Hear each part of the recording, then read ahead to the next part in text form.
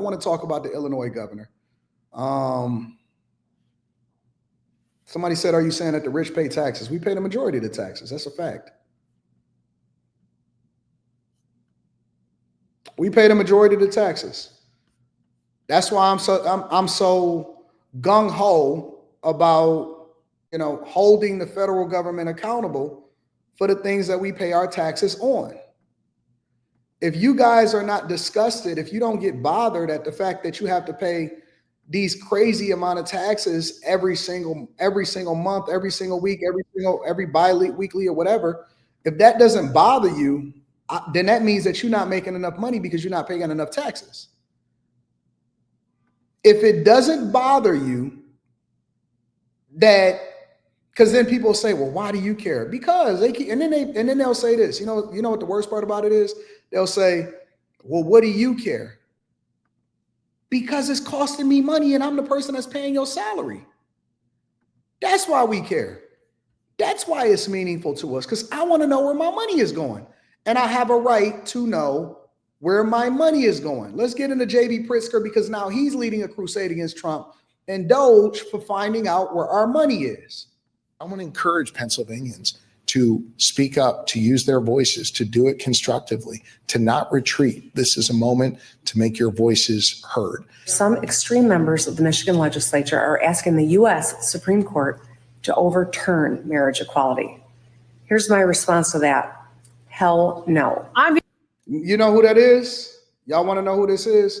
This is the current Michigan governor, Gretchen Whitmer. Heavy Kamala Harris supporter. She was on, they think that Gretchen is up next. She's one of the people that they think can be a star in the Democratic Party.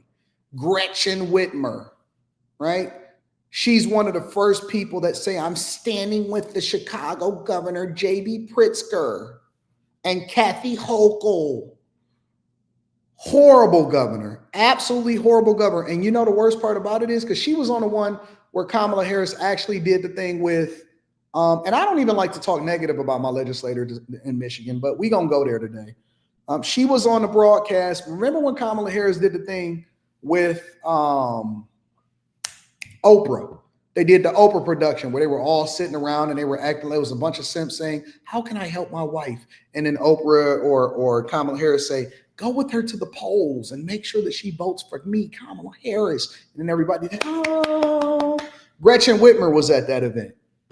She was a heavy supporter when Kamala Harris was acting like she had a big turnout at an airport hangar and she wasn't even really in Detroit. Gretchen Whitmer was at that event. And we want so bad to be down with people that's not even best for us. They then went and got her some Cartiers. They call them buffs with the wood on them. They got her some Cardis and they say, oh my God, boss up, boss up. Horrible governor. Marriage equality. Here's my response to that. Hell no. I'm here to say New York hasn't labored under a king in over 250 years. And we sure as hell are not going to start now. My oath is to the Constitution of our state and of our country. We don't have kings in America, and I don't intend to bend the knee to one. Tyranny requires your fear and your silence and your compliance. Democracy requires your courage. They are right now and will continue to be some of the. And we're going to review this. We like to review things from multiple different networks, including the ones that are dying like MSNBC, but we'll get there. Most essential and trusted voices of dissent and opposition in this brand new era. Governors, Democratic governors in state houses all across the country. It'll be up to them largely and others to continue to give voice to the American people who see something profoundly wrong with what is happening, not just in these first few weeks, but most likely over the next 4 years. It's a privilege to bring in Democratic Governor J.B. Pritzker of Illinois. Thank you so much for being here. Let's put him on a big screen, y'all. Hi, Nicole. We played a whole bunch of your State of the State address. I want to play one more piece of sound before we jump into this. If you think I'm overreacting and sounding the alarm too soon, consider this. It took the Nazis 1 month, 3 weeks, 2 days, 8 hours, and 40 minutes to dismantle a constitutional republic. And all I'm saying is that when the 5-alarm fire starts to burn, every good person better be ready to man a post with a bucket of water if you want to stop it from raging out of control. Yours is an assessment I've heard from former senior national security officials, but only privately. And you're the only one to say it publicly. Say more about your decision to do that. Well, I should start by saying that my family escaped the pogroms in Ukraine in the 1880s. And it was when the Russians were coming to kill Jews.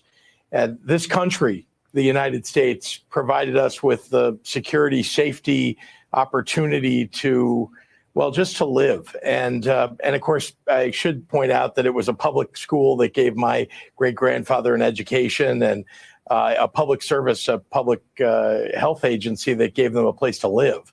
And so I am very grateful to be an American and believe very much in protecting all the rights of the American people. I also built a Holocaust museum with Holocaust survivors here.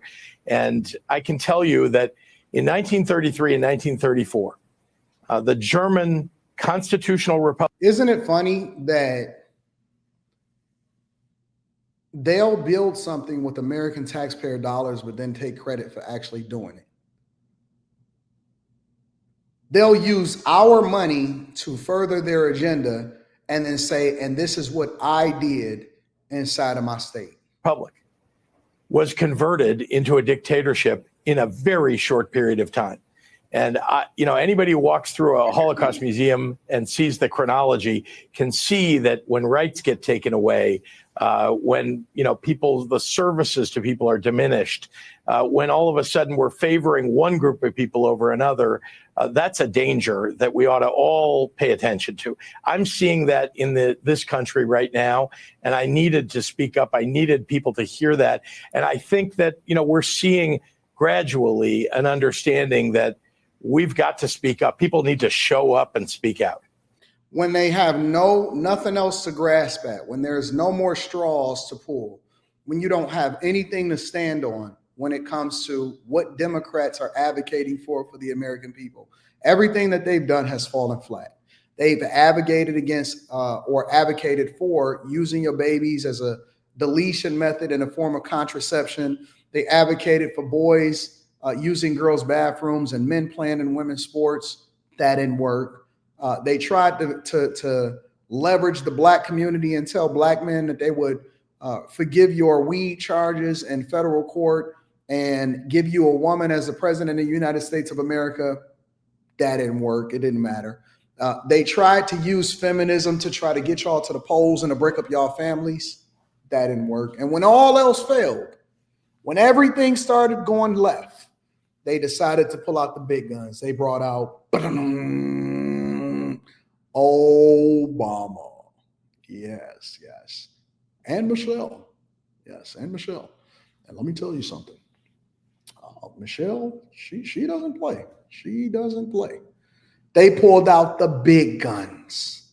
When all else failed, label your enemy the enemy and compare him to some of the most egregious people in history. All Democrats are doing are name calling. Let me tell you something. They took all of y'all money. They gave it to people that wasn't even supposed to be here in this country. I seen lifelong Democrats switch over to being conservative. I seen people that were on the ground in Chicago. I do feel for y'all. All of the cities that are banding together, all of the states that are banding together, they are all of the places that are under duress the most as far as some of those cities.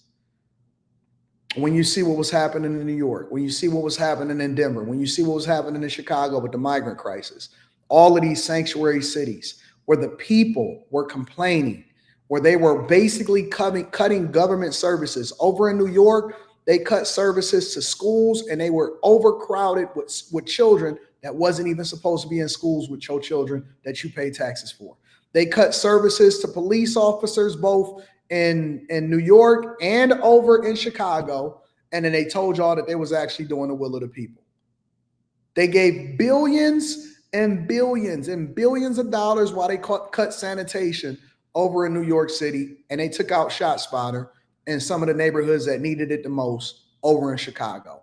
And then they converted warehouses and overpaid staffing companies, hundreds of millions and billions of dollars just to shepherd these people, while some people got rich and we don't even know who the owners of these services companies are. Then they forced y'all, and they said, they bullied y'all, and they said, if y'all don't take the jab, you can't even walk the streets. These are all of the things that the Democrats have done over the last 4 years.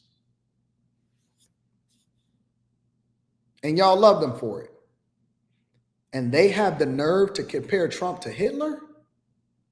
We seen who Hitler was. He just left office. We seen who the real dictator was. He just left office. And he pardoned his son on the way out. And he pardoned Dr. Fauci and all of the people that participated in this coup of the White House over the last 4 years. And they all got filthy rich. And they couldn't even communicate. They couldn't say 2 words. You know, yesterday we had a conversation, and somebody said inside of the chat, they said, we were talking about Mayweather. Kamala Harris was supposed to be one of the smartest people in the Democratic Party, and she couldn't even communicate effectively. She couldn't say 3 words and 3 sentences without referring back to her collard greens. Biden couldn't even put 2 sentences together, and he looked like he was about to fall asleep in the middle of he went to Africa, and he was dozing off in the middle of a meeting with African leaders. They were waiting on him to take a picture. What is that? What was that? The G70, G60 summit, and he got lost in the Amazon forest.